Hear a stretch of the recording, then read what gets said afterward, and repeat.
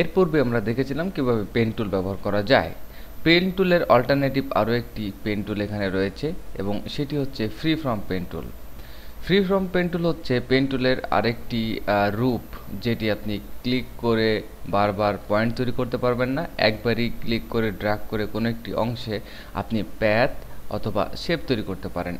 ঠিক একই অপশন থাকবে, কিন্তু যখন আপনি ফ্রি ফ্রম পেন টুলে যাবেন তখন আইকনটি পরিবর্তন হবে এবং একবারই আপনি কোনো একটি অংশে এভাবে ড্র্যাগ করে একটি এরিয়ায় আপনি প্যাথ তৈরি করতে পারবেন। এবং আমি এখানে দেখতে পাচ্ছি অসংখ্য পরিমাণ এখানে পয়েন্ট তৈরি হয়েছে। এই পয়েন্টগুলা আপনি যদি এডিট করতে চান তাহলে এখান থেকে add anchor point, delete anchor point অথবা কনভার্ট পয়েন্ট টুল বা অ্যাঙ্কর পয়েন্ট কনভার্ট করতে পারেন।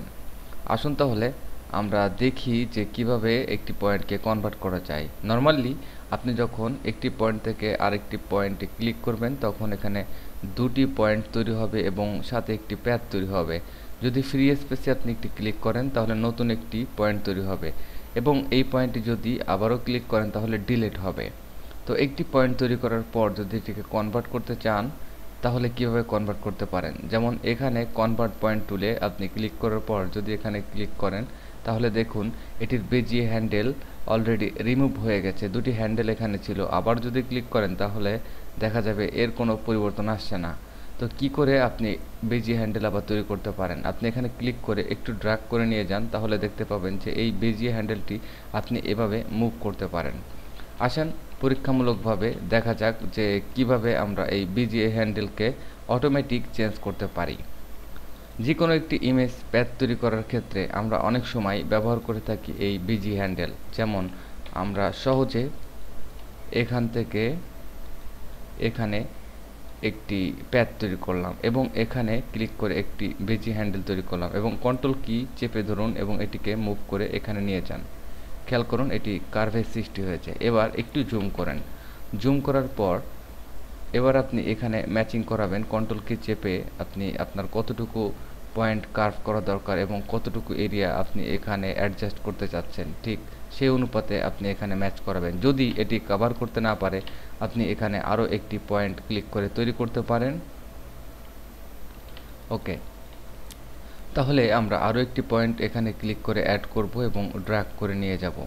যদি আপনি এটির অতিরিক্ত অংশটি না চান তাহলে অল্টার কি চেপে আপনি এটিকে জাস্ট এখানে সমাপ্তি করতে পারেন এবং পরবর্তীতে ক্লিক করে আরও একটি পয়েন্ট এখানে তৈরি করতে পারেন। এভাবে আপনার পেন টুল দিয়ে সুন্দরভাবে আপনি আপনার কার্ভিং পয়েন্টটি তৈরি করতে পারেন। এবার আমরা এখানে অল্টার প্রেস করে ড্র্যাগ করে এখানে কিছুটা বড় করে নেব এবং এখান থেকে একটু টেনে সরিয়ে নেব এবং আমাদের বিজি হ্যান্ডেলটা যাতে সুন্দরভাবে ম্যাচ করে সেজন্য আপনার এখান থেকে মুভ করতে হবে। সবসময় মনে রাখবেন অল্টার চেপে যে কোনো পয়েন্টে আপনি এভাবে ড্র্যাগ করলেই আপনি আপনার ইচ্ছা মতো আপনার পয়েন্টটিকে মুভ করতে পারবেন এবং সাইজ এভাবে কমিয়ে বাড়িয়ে আপনি আপনার পেন টুলের যে পয়েন্টগুলো রয়েছে সেগুলা মডিফাই করতে পারবেন।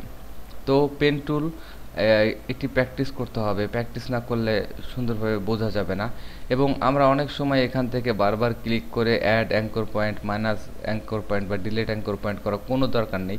জাস্ট মনে রাখবেন আপনি নর্মালি যে কোনো জায়গায় ক্লিক করলে একটি পয়েন্ট তৈরি হবে, আবার না চাইলে তার উপর ক্লিক করলে মাইনাস হবে বা ডিলিট হবে, অথবা আপনি যে কোনো একটি পয়েন্ট সমাপ্তি করার পর যদি অতিরিক্ত একটি পয়েন্ট ওখানে তৈরি করতে চান, যেমন আমি এখানে আরও একটি পয়েন্ট তৈরি করলাম এবং অল্টার কি চেপে এটিকে সমাপ্তি করে দিতে পারি। এবং সমাপ্তি করলে আপনি ইচ্ছা করলে এখান থেকে যখন এটিকে টান দিবেন তখন দেখুন যে এখানে অন্য কোনো পয়েন্ট নেই, যার জন্য এটি সরাসরি কার্ভ হয়ে গেছে। আপনি যদি এটিকে অল্টার চেপে আবারও এটিকে মডিফাই করতে চান তাহলে এভাবে ড্র্যাগ করে টেনে মডিফাই করতে পারবেন। পেন টুলের পরীক্ষামূলকভাবে আমরা বেশ কিছু পয়েন্ট এখানে তৈরি করলাম। আপনি যে কোনো একটি নতুন ডকুমেন্ট ওপেন করে সেখানে আপনি এভাবে ফ্রিভাবে পেন টুল মডিফাই করার চেষ্টা করুন। মাঝে মাঝে অল্টার কি, মাঝে মাঝে কন্ট্রোল কি চেপে এবং মাঝে মাঝে ফ্রি স্পেসে একটি অ্যাঙ্কর পয়েন্ট তৈরি করুন, আবার মাঝে মাঝে এটিকে ডিলিট করুন। আস্তে আস্তে করে আপনি পেন টুলের যে সিক্রেট বিষয়গুলো এগুলো জানতে পারবেন। একসময় এমন একটি সিচুয়েশন দাঁড়াবে যে আপনি যে কোনোভাবে একটি ইমেজকে এভাবে ক্লিপিং, ম্যাস্ক অথবা আপনি ট্রান্সপাইস এরিয়া করার জন্য আপনি পেন টুল দিয়ে প্যাথ তৈরি করে সিলেক্ট করতে পারবেন। শুধু তাই নয়, আপনি কন্ট্রোল এন্টার প্রেস করে যে কোনো সময় সিলেক্ট করতে পারেন শর্টকাট কি। যে কোনো এরিয়ায় আপনি এভাবে ক্লিক করার পর কিবোর্ড থেকে কন্ট্রোল চেপে এন্টার কি চাপুন এবং দেখবেন যে সেই এরিয়াটি সিলেক্ট হবে। Control D for D selected. এই সমস্ত শর্টকাট আপনার মনে রাখতে হবে। তো পেন টুল অনেক চমৎকার একটি টুল, এটি দিয়ে অনেক কিছু করা যায়, শুধু সিলেকশন নয়, আপনি যে কোনো সময় আপনার ইচ্ছা মতো একটি শেপ তৈরি করতে পারেন। মনে করুন আপনি একটি হার্টের শেপ তৈরি করবেন, কিভাবে একটি হার্টের শেপ তৈরি করা যায়।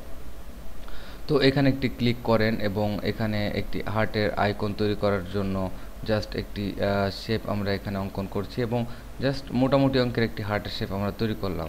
তখন এটিকে কন্ট্রোল চেপে আমরা এটিকে মডিফাই করব। যেমন এখানে প্রথমে আপনি কন্ট্রোল চেপে এভাবে ড্র্যাগ করলে এটিকে সিলেক্ট করতে পারবেন এবং এটিকে সিলেক্ট করার পরে যে কোনো স্থানে নিতে পারবেন এবং অল্টার চেপে এটিকে আপনি মডিফাই করে নিতে পারেন। তারপর আপনি এখানে কন্ট্রোল চেপে এটিকে মডিফাই করে নিতে পারবেন এবং আপনার যতক্ষণ না পর্যন্ত এটি অ্যাপ্রোপ্রিয়েট না হচ্ছে ততক্ষণ পর্যন্ত সেটিকে মডিফাই করতে তালে থাকবেন। তো এমন মডিফাই করার দরকার নেই যার জন্য আমাদের অবজেক্টটি নষ্ট হয়ে যায়, ঠিক বুঝতে হবে। যেমন এখানে অল্টার চেপে আমাদের মডিফাইটি চেঞ্জ করে নিতে হবে। আর ধন্যবাদ, আপনি আস্তে আস্তে করে পেন টুলের ব্যবহার